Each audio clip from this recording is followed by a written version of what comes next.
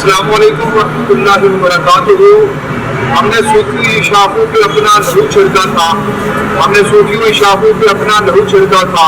फूल अगर अब भी न खिलते तो क़यामत करते। मैं सरदार मजहब खातून आदमी उम्मीद अगर तो पाकिस्तान आपको खातिर हो। आज हम एडिड यूनिवर्सिटी के सामने इस वक्त ये कैंप में हम तशरीफ फरमा है। मैं MSO जिला रावलपिंडी के नाज़िर भाई उसामा कुरैशी और उनकी पूरी टीम के साथ मौजूद हूँ। यहाँ हमारा आने का मकसद ये है कि आज 72 दिन गुजर चुके हैं, मकबूजा कश्मीर के अंदर कर्फ्यू है। पाकिस्तान को बने हुए 72 साल हो गए, लेकिन अभी तक कश्मीरियों को वो हुकूक नहीं मिल सके जो उनको देने चाहिए थे। आप अंदाजा लगाएं कि इस वक्त मकबूजा कश्मीर के अंदर क्या हालात हैं। MSO पाकिस्तान कश्मीरियों के दर्द को महसूस करते हुए हमने ये ऐलान किया है कि हम पूरे मुल्क पाकिस्तान की यूथ को एक जगह पर जमा करेंगे। हमारी इस्तेदाद के अंदर जो होगा हम कश्मीर के लिए करने के लिए तैयार हैं। इंशाअल्लाह ताला 17 अक्टूबर 4 बजे लियाकत प्रेस क्लब के अंदर हम ऑल पार्टी यूथ कॉन्फ्रेंस कर रहे हैं इंशाअल्लाह ताला।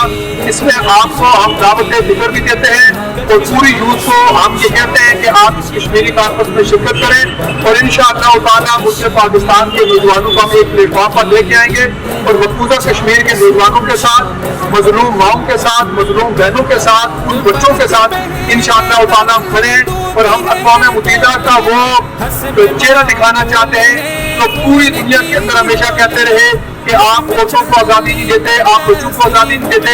ये कौन सी आज़ादी है जो 72 दिन से आज मकबूजा कश्मीर के अंदर कर्फ्यू और अक़वाम मुत्तहिदा खामोश है। वज़ीर आज़म के बयान के बाद आज तक ना वहाँ से कर्फ्यू उठाया गया, ना अक़वाम मुत्तहिदा के दब मिले हैं। तो लिहाजा ये जितने कानून है मोहम्मद अरबी के गुलामों के लिए है, मोहम्मद अरबी के नाम लेने वालों के लिए। इंशाअल्लाह ताला मोहम्मद अरबी का एक एक फर्द अपने मजलूम मुसलमानों के साथ खड़ा है इंशाअल्लाह।